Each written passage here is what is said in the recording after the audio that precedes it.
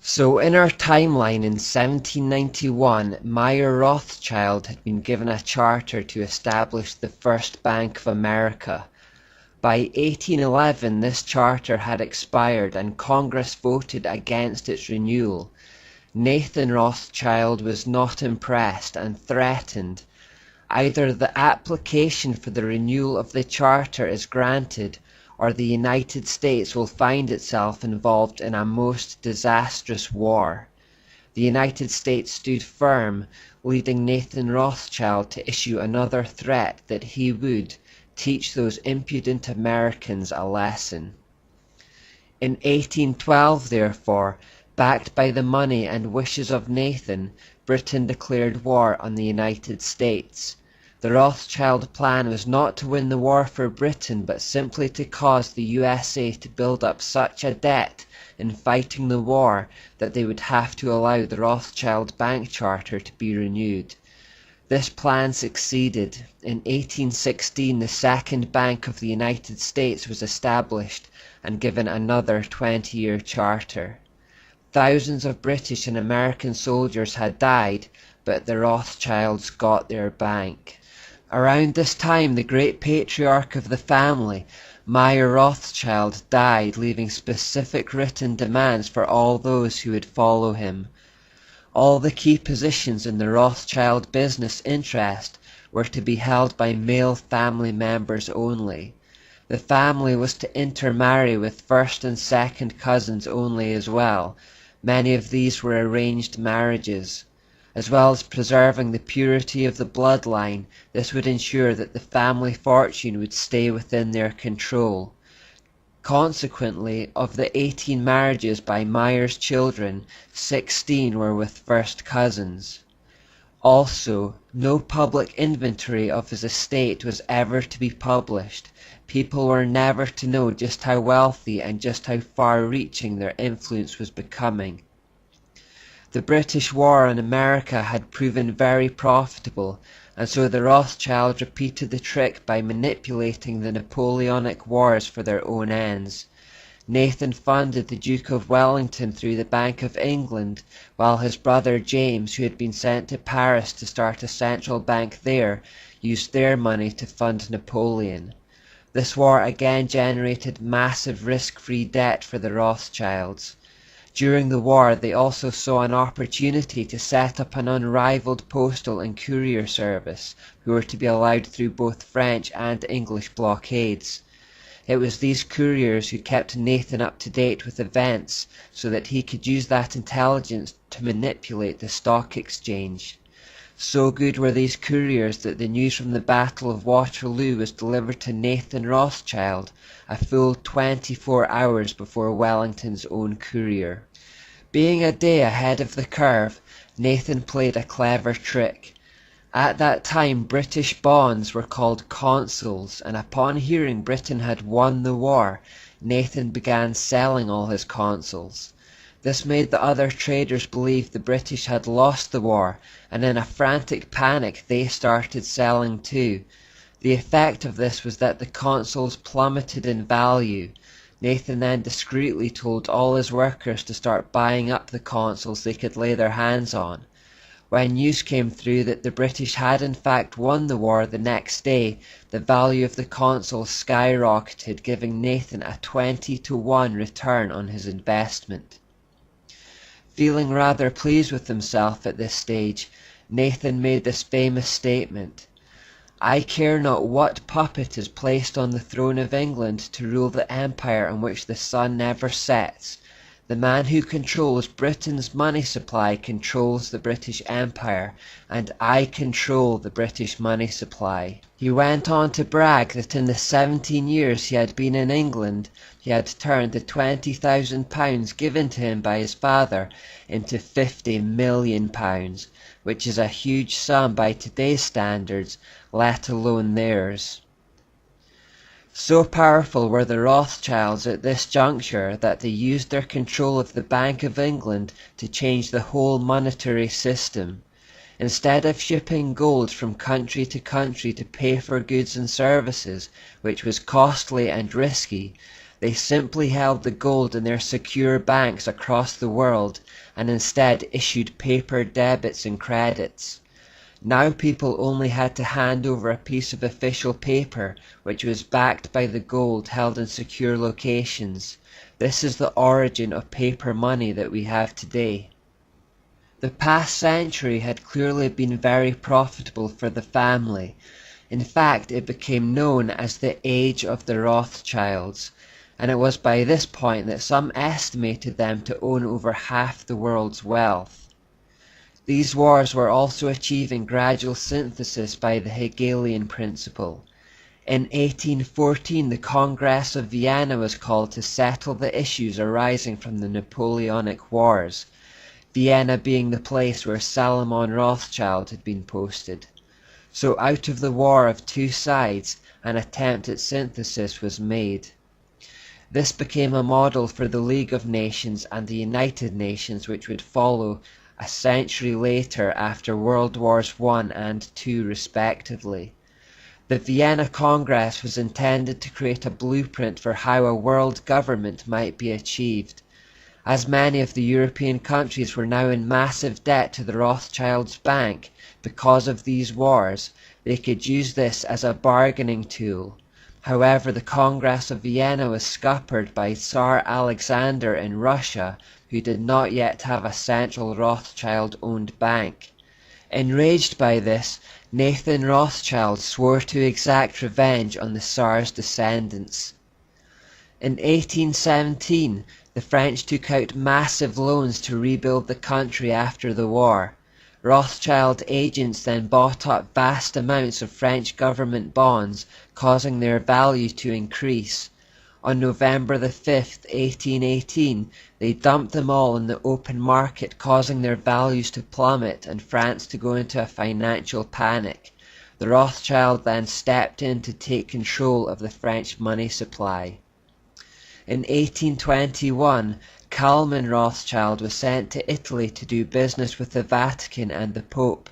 By 1823, they had taken over the financial operations of the Catholic Church worldwide. In 1827, Sir Walter Scott published his works on the life of Napoleon. In Volume 2 of the 9-volume set, he confirmed the French Revolution was planned by the Illuminati and that it was financed by the money changers of Europe, that being the Rothschilds. In 1832 in America, President Andrew Jackson ran the campaign for his second term in office under the slogan, "Jackson and no bank." This was in reference to his desire to take control of the American money system away from the Rothschild central bank and instead create a financial system that benefited the people. A year later, he stayed true to his word and started removing all deposits from their banks.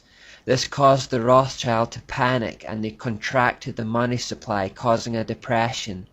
Jackson knew what was going on and echoed Jesus' words when he declared, "You are a den of thieves and vipers, and I intend to rout you out, and by the eternal God I will rout you out." On January 30th, 1835, a hired assassin tried to shoot President Jackson, but miraculously both his pistols misfired. President Jackson later claimed he knew the Rothschilds were behind the assassination attempt. The assassin himself, Richard Lawrence, later bragged that powerful people in Europe had hired him and promised to protect him if caught. Lawrence was indeed found not guilty by reason of insanity and escaped punishment. In 1836, Jackson finally succeeded in throwing the Rothschild central bank out of America when the charter was not renewed. In 1841, President John Tyler vetoed an attempt to reinstate the charter for the Bank of the United States. Following this act, he was sent hundreds of assassination threats. Benjamin Disraeli, future British Prime Minister, described Nathan Rothschild at this time as the lord and master of the money markets of the world and, of course, virtually lord and master of everything else. He literally held the revenues of southern Italy in pawn, and monarchs and ministers of all countries courted his advice and were guided by his suggestions. Disraeli also referenced these infamous occultists when he said, "The world is run by people very different to those that most people are aware of." In 1845, President Jackson died, but before his death he was asked what his greatest achievement was. His reply, "I killed the bank." In 1846, Meyer Rothschild's wife said nonchalantly from her deathbed that, "If my sons did not want wars, there would be none." In 1850, James Rothschild of France was said to be worth 600 million francs, 150 million francs more than all the other bankers of France put together. In 1861, Abraham Lincoln, 16th President of the United States, began printing his own debt-free money and informed the public it was legal tender for all private and public debts. By the following year, close to $450 million had been printed and distributed. Lincoln would say of this that, "We gave the people of this republic the greatest blessing they ever had, their own paper money to pay all debt costs." That same year, the Times of London said, "If that mischievous financial policy which had its origin in the North American Republic should become indurated down to a fixture, then that government will furnish its own money without cost. It will pay off debts and be without a debt. It will have all the money necessary to carry on its commerce. It will become prosperous beyond precedent in the history of the civilized governments of the world. The brains and the wealth of all countries will go to North America. That government must be destroyed, or it will destroy every monarchy on the globe." In 1865, Lincoln highlighted the danger of the money man, saying, "I have two great enemies, the Southern Army in front of me and the financial institutions in my rear. Of the two, the one in my rear is the greatest." Later that year, Abraham Lincoln was assassinated. Following a brief period of training in the Rothschild London Bank, a man called Jacob Schiff, a Rothschild born in their house in Frankfurt, was sent to the United States with the task to regain control of the United States through a central bank. He was to find desirable men and promote them to high places in federal government. In 1875, Jacob Schiff took control of the major banking house, Kuhn Loeb & Co., and formed associations with the other major bankers in the United States. In 1881, American President Garfield hinted at the way the Rothschild manipulated the money market, saying, "Whoever controls the volume of money in our country is absolute master of all industry and commerce. And when you realize the entire system is very easily controlled, one way or another, by a few powerful men at the top, you will not have to be told how periods of inflation and depression originate."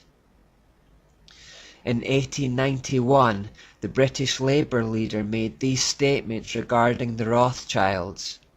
"This blood-sucking crew has been the cause of untold mischief and misery in Europe during the present century, and has piled up its prodigious wealth chiefly through fomenting wars between states which ought never to have quarrelled.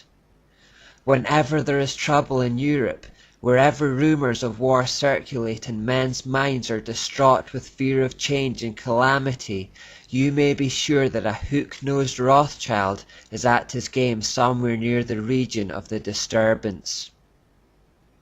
Comments like these worried the Rothschilds, and towards the end of the century they bought the Reuters news agency to gain some control of the media, that is, the information flows. Reuters became a central source of news that supplied individual outlets around the world with news it wanted to be known.